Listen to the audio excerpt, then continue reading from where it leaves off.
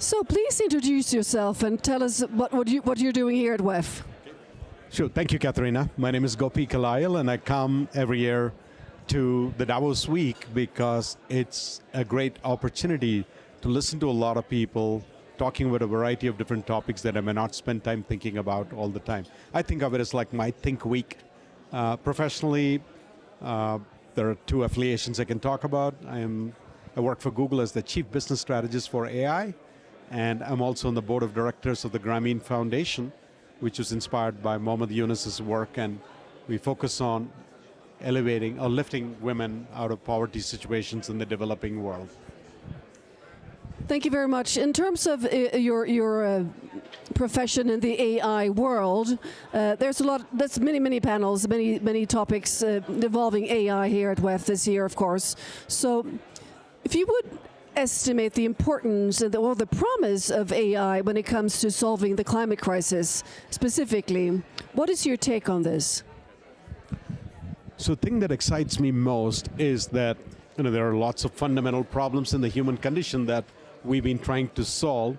And what human beings do is we build tools to amplify our physical capabilities and to amplify our cognitive capabilities. So an example of amplifying our physical capabilities is if you wanted to put out fires, you had certain systems maybe 1,000 years ago, but now we built advanced systems to put out massive fires like wildfires, etc. And then we have cognitive capabilities with which we can address a lot of issues. And the combination of those tools are coming alive in the AI era. And there are many things we can address with regard to climate change. I'll give you one example of that. Half the population is at risk of being flooded at some point. It might seem like a large number, except when you stop to think that a city like Chennai got flooded a few years ago, and Dubai got flooded last year. So there is an AI model that a team at Google built that tries to predict river flooding. The traditional model, using the current tools that we had, would predict 1 day in advance. This model, using AI modeling, predicts 7 days in advance. So they tested it around the Ganges River in India and then scaled it to now 80 countries, a few thousand rivers. So that's an example of how we can interact with nature or natural disasters much better. And there are many examples like that when it comes to climate change that we can use AI to address. And if you want, I can talk about a couple of more examples. Thank you very much. Now turning the focus to your work with the foundation. And this is profound work that Professor Yunus has started, and that you work with this to enhance the possibilities for women in the world. And of course, we need visions. We need visions for women to be included in the workspace, et cetera, et cetera.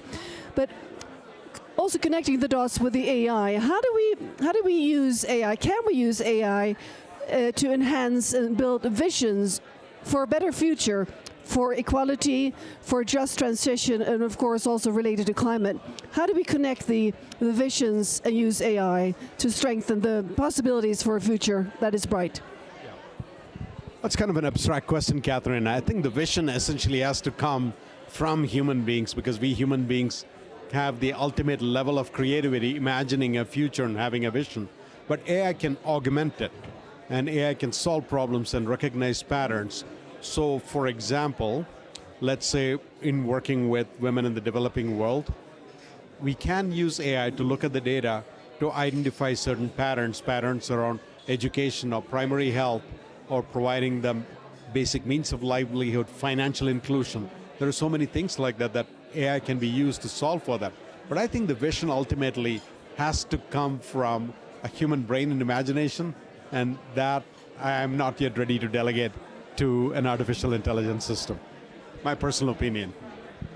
Well, thank you so much. A final question: what are your hopes for this WEF in terms of creating a better future? What is the importance of WEF? Well, despite all the criticism a gathering like the World Economic Forum and the whole Davos week event create, a lot of people here were not attending the main Congress, but around the event itself, humans gather. This is how historically we come together. What I'm impressed is, as I walk down the promenade and talk to people and introduce myself at events, They're from every country in the world. They're from every domain. They're from nonprofit, from government, from corporate entities, from education. So just the fact that we can come together and discuss different issues and problems in an amicable way. And a lot of problems being discussed are very complex problems that we don't yet quite know how to address or might take several hundred years.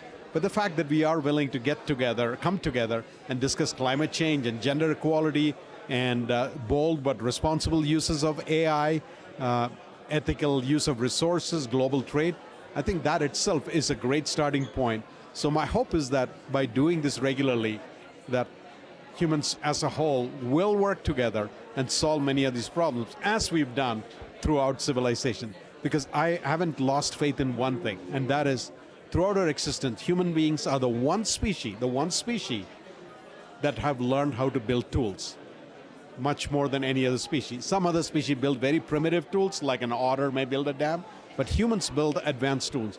And why do we build these tools? We build these tools to solve problems. And why do we want to solve the problems? We're constantly trying to improve the human condition. That hasn't changed, that fundamental bias. Let's use our intelligence, our natural intelligence, to build tools, to solve problems, so that we can make the human condition better. This gives me hope. And now we have a really powerful tool that is emerging called artificial intelligence that is going to amplify not our physical capability, but our cognitive capability. And that gets me so excited. Thank you. Well, thank you very much. I was excited by the hopefulness in your final statement here. So thank you very much for sharing this. Thank you. Thank you.